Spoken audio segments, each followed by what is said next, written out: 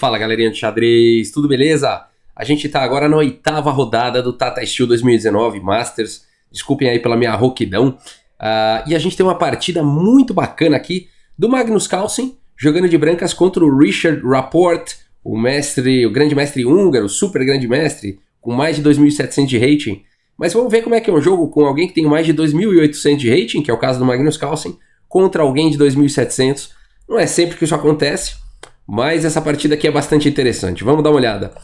O Magnus Carlsen aqui abre com E4, temos C5 a defesa siciliana, cavalo F3, E6, a variante francesa da defesa siciliana, D4, peão toma D4, cavalo toma D4, cavalo C6, bom, cavalo de D4 está defendido pela dama, cavalo C3 simplesmente desenvolvendo, dama C7, e aqui o Carlsen vai para essa variante aqui com G3. A6 foi jogado como de costume, né, na siciliana, o lance A6 segurando aqui a casa B5, e também permitindo expansão com B5 em muitas linhas. Bispo G2, colocando o bispo nessa interessante diagonal, cavalo em F6, roque, D6, cavalo toma C6, B toma C6, até aqui tudo teoria. E aqui o Magnus Carlsen vai para essa linha com cavalo em A4. A literatura enxadrística de aberturas não é muito vasta nessa variante aqui. A gente tem por volta de umas 50 partidas na base de dados, partidas oficiais aí de grandes mestres nessa posição. É um número relativamente pequeno, a gente já começa a considerar aqui, daqui para frente, o meio jogo e posições críticas aí. Torre B8 foi jogado, C4, então essa é uma das ideias do cavalo A4, né? Poder liberar para jogar C4. C5 foi jogado e aqui B3. Olha que legal essa estratégia aí do Magnus Carlsen, para poder ativar aí o bispo de casas escuras, né? Então primeiro passou o cavalo para A4, depois com C4 e B3, e agora vai poder jogar o bispo, né? Bispo em E7 foi jogado, bispo B2, esse bispo então numa excelente diagonal, roque, e aqui mais um lance interessante aqui do Magnus Carlsen. Aqui ele já está fora do repertório de abertura de aberturas do Magnus Carlsen. Ele começou a já pensar bastante nos últimos 2, 3 lances dessa posição aqui, ó, lance 13, e ele pensa bastante aqui, faz esse lance dama em E1, uma ideia muito bacana do Carlsen, liberando a casa D1 para poder jogar a torre.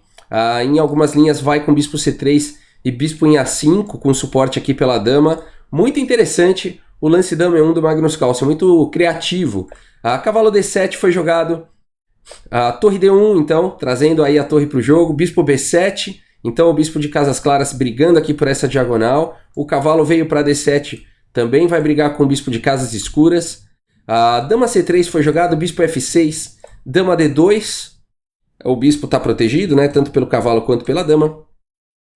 Bispo em E7, dama C3, bispo F6, dama D2, bispo em E7, e aqui se o Magnus Carlsen jogar a dama C3, mais uma vez é empate, mas ele tá com toda a iniciativa, tá com toda a iniciativa aí na posição, e ele não vai para dama C3 para o empate, e ele joga o lance F4. E aí, você pode estar se perguntando por que o Magnus Carlsen repetiu aí quase 3 vezes o lance, por que ele não jogou F4 direto, ele fez essas repetições, né? Bom, aqui vários motivos existem, a gente pode supor alguns motivos aqui, tá? Esse é o lance 20, muitas vezes você pode fazer isso para ganhar alguns segundos, a gente tem incrementos por lance, aí cada vez que o jogador faz um lance ele tem alguns segundos de incremento no relógio, muitas vezes é por isso, e muitas vezes também tem uma jogada psicológica, né? Quando você repete 2 vezes e está na tua mão, repetir o terceiro e você faz um lance diferente, você está dizendo para o seu oponente que você não quer o empate. Ou seja, você está dizendo que se você não quer o empate é porque você acha que você está melhor na posição, né? Então tem às vezes esse lance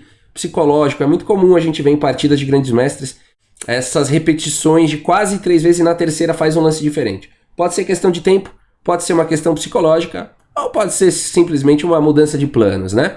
F4 foi jogado, a partida continuou aqui com E5, bispo C3 então, e esse bispo vai poder ir lá para A5, dar suporte aí, aproveitando aqui o suporte da dama. Bispo C6 foi jogado, bispo A5 então atacando a dama tem que sair daí, dama B7, e agora a dama e o bispo na mesma diagonal. Cavalo C3, o cavalo estava atacado, não era muito bom você quebrar, né, sua estrutura de peões, então cavalo C3, e aproveitando, né, agora o tema aqui, a gente tem um peão atrasado aqui das negras, ele pode virar um alvo no futuro, esse cavalo está muito bem colocado aqui em C3, e as brancas começam a ficar melhores aí na posição, né? E toma em F4, G toma em F4, a torre de F em 8, e aqui um lance sensacional do Magnus Carlsen, é muita visão de jogo realmente aqui, muitas nuances acontecendo aqui, o Magnus Carlsen tira proveito disso. Se você até quiser dar pausa e tentar experimentar aí algumas ideias, tentar encontrar algum lance bacana, alguma ideia bem legal aí, essa é uma hora boa, tá bom? E aqui o lance então jogado pelo Magnus Carlsen foi o lance, olha que bacana, o lance E5. E por que esse lance é tão legal? Né? Bom, é claro que aqui ele está abrindo a possibilidade de trocas, né? O bispo pode ser trocado. E é um pouco difícil de você não capturar aqui esse bispo, né? Não dá para imaginar algum outro lance aqui, né? As brancas estão atacando aqui já esse peão triplamente, né? O peão, a dama e a torre dando suporte. Não seria bom para as negras capturarem esse peão aqui, porque está caindo, né? Depois de bispo toma em C6, dama toma em C6, simplesmente dama toma D7, está caindo uma peça. Então, e mais do que isso, né? Depois de bispo G2, que foi como continuou a partida, dama G2, não dá para as pretas capturarem aqui, não seria muito bom. Olha que legal, né, a visão de jogo do Carlsen, porque se as pretas capturam com dama toma G2, rei toma G2, esse peão não pode agora capturar o peão de E5, porque ele está cravado, está caindo o cavalo lá em D7. Muito bacana, né? Muito bacana realmente essa visão aí do Magnus Carlsen, que começou com esse lance E5. Né? Então a partida continuou com bispo toma G2, dama toma G2, e aí não capturando a dama em G2 então, e sim primeiro com D toma em E5, e agora a continuação muito bacana aqui do Magnus Carlsen, com o lance cavalo aqui em D5, então não permitindo a troca de damas, e agora ele está com bastante espaço na posição, esse bispo vai poder voltar para C3 e virar um monstro, essas torres vão poder jogar e atacar, enfim, parece que as brancas têm mais espaço, né? Agora, esse cavalo vai ficar por bastante tempo aí em D5 se ele quiser, né? Fechando aqui essa diagonal, inclusive. Uma posição que com certeza aqui já no lance 27 o Magnus Carlsen está muito feliz de ter atingido essa posição com o cavalo D5. A partida seguiu com E4, bispo agora então em C3, então já de cara ameaçando aqui checkmate, né? F6 defendendo. E aqui um lance muito bacana mais uma vez, e esse lance me faz lembrar os jogos antigos de Botvinnik, de Capablanca, o lance rei H1, a turma jogava muito isso, abria a coluna G e depois jogava com rei H1, dando lugar aqui para a torre poder jogar e tal. Muito bacana esse ataque aqui do Magnus Carlsen, rei H8 foi jogado, torre G1, indo para cima então com tudo. E agora não dá para defender de torre, né? A torre está defendendo o bispo aqui de E7, então é praticamente forçado aqui defender com o bispo em F8, foi lance jogado. E aqui cavalo em E3, olha que legal a manobra aqui do Magnus Carlsen. Esse peão agora está bloqueando a diagonal, então não precisa mais do cavalo bloqueando a diagonal. A torre está mais ativa, o cavalo busca casas importantes. Então o cavalo em E3 parece um lance de recuo, mas é um lance muito forte, né? Você quando tem o domínio aí da posição, você se dá ao luxo, né, de fazer esses lances aparentemente de recuo, mas mesmo com esse tempo extra das negras, elas não conseguem se defender muito bem, né? Dama C6 foi jogado, a torre aqui em D5, trazendo então mais uma peça para o ataque. Uma subida de torre em D5 no meio assim da partida é sensacional, né? Sempre muito emocionante. Dama em E6 foi jogado, a torre aqui em H5 então, a dama em F7, e aqui atacando então a torre de H5 e aqui dama em H3. A dama e a torre na mesma coluna, fazendo uma enorme pressão aqui, ameaçando o mate em 2, né? As pretas, claro, tem que se defender. G6, agora então a dama está defendendo em H7 e o peão está atacando a torre. A torre tranquilamente volta aqui para H4. A torre B6, aqui as negras percebem que existe uma pressão muito forte aqui em F6, esse peão está cravado, né? O bispo está realmente um monstro aí na posição. A partida seguiu aqui com F5, tentando abrir a posição.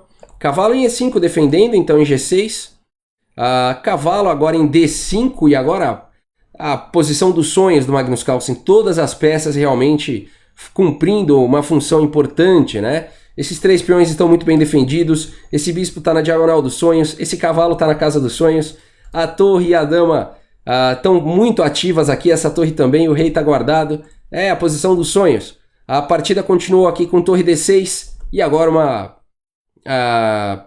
começa uma brilhante combinação aqui do Magnus Carlsen. Primeiro com F toma G6. E agora, claro, não dá para tomar de dama, né? A torre simplesmente vai perder a dama, não dá para tomar de peão, o peão tá cravado. Então, cavalo toma. E aí depois de cavalo toma em G6, um desfecho brilhante aqui do Magnus Carlsen. Se você quiser até encontrar então esse lance, vale a pena dar o pause nessa posição e encontrar a sequência vitoriosa aí do Magnus Carlsen. Realmente uma partida bem bacana aqui do Magnus Carlsen, digna de partida aí para livros, né? Para ensinar xadrez e tudo mais. Muito bacana, muito precisa a partida aqui do Magnus Carlsen, cheia de ideias criativas. Muito legal, realmente. Aqui o lance jogado pelo Magnus Carlsen foi bispo toma em F6, cheque. E aqui depois, qual que é a ideia, né? Não dá para jogar rei aqui em G8. Se jogasse rei em G8, bom, vários lances são possíveis, até torre em H7 é possível, torre G6 aqui é mais forte. E depois de dama toma G6, simplesmente torre G4 aqui venceria, né? Tá? E se capturasse aqui de peão, bom, aí é checkmate, né? Em um lance. Tá? Então, não dá muito para você, depois de bispo toma em F6, não dá para você recusar, né? Então, a partida continuou com torre toma em F6. E aí o lance de arremate do Magnus Carlsen, o lance torre toma em H7 com cheque. E nessa posição, o Richard Rapport, um grande mestre de mais de 2.700 de rating, abandonou aí a partida, né? A continuação aqui é praticamente forçada, né? Aqui, bom, dama toma aqui em H7, e depois de dama toma H7, rei toma em H7, olha que bacana o estrago que esse cavalo vai fazer, né? Faria, né? Se fosse essa continuação. Cavalo toma em F6 com cheque, e aí tanto faz, rei H6, qualquer casa, cavalo tomaria aqui em E8, e um final vencedor certamente aqui para o Magnus Carlsen. A gente estaria entrando aí no lance 42, numa posição como essa, mais tempo no relógio para todo mundo aí, com mais 50 minutos no relógio, o Magnus Carlsen não teria dificuldades em vencer um final como esse, né? Então por isso que aí que depois de torre toma em H7, o Richard Rapport abandonou a partida. Uma partida sensacional do Magnus Carlsen, não é sempre que a gente vê uma partida tão emocionante, tão criativa, né? E realmente muito bom. O Magnus Carlsen assume assim a liderança. A gente está na 8ª rodada já, indo já para um final, são 13 se eu não me engano.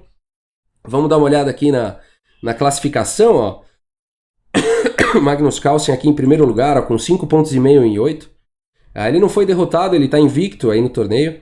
O Anand em segundo lugar, muito bom ver o Anand aqui em segundo lugar. O Anand que, se eu não me engano, faz 50 anos esse ano, ou já fez. Eu acho que vai fazer ainda, 50 anos de idade. Muito bom, né, ver um jogador com 50 anos de idade em segundo lugar no Tata Steel, competindo com jogadores muito jovens. Aqui o Ding Liren, o Guiri, né, o Duda, enfim, o Shankland, só tem a meninada aí, né, no torneio. E o Anand aqui em segundo lugar, muito bom isso. Também invicto, 5,5 pontos em 8. Magnus Carlsen com algum critério de desempate aí tá na frente. E logo abaixo aí a gente tem o Nepomniachtchi também invicto, o Ding Liren também invicto. E aí do Guiri em diante pro 5º lugar em diante. O Guiri já perdeu uma partida, o Teimur Radjabov também tá invicto, né? Mas aí a questão do invicto com muitos empates, né? Por isso que vai caindo aí a colocação, né? Mas bacana, Magnus Carlsen aí assumindo a liderança, o Anand em segundo lugar firme. O Anand fez uma partida belíssima também nessa 8ª rodada, muito bacana realmente. E é isso, gente, o torneio continua, a gente vai cobrindo. Espero que vocês tenham gostado aí dessa partida. Muito obrigado pela audiência, um grande abraço aí para todos vocês, pessoal, e até a próxima, valeu!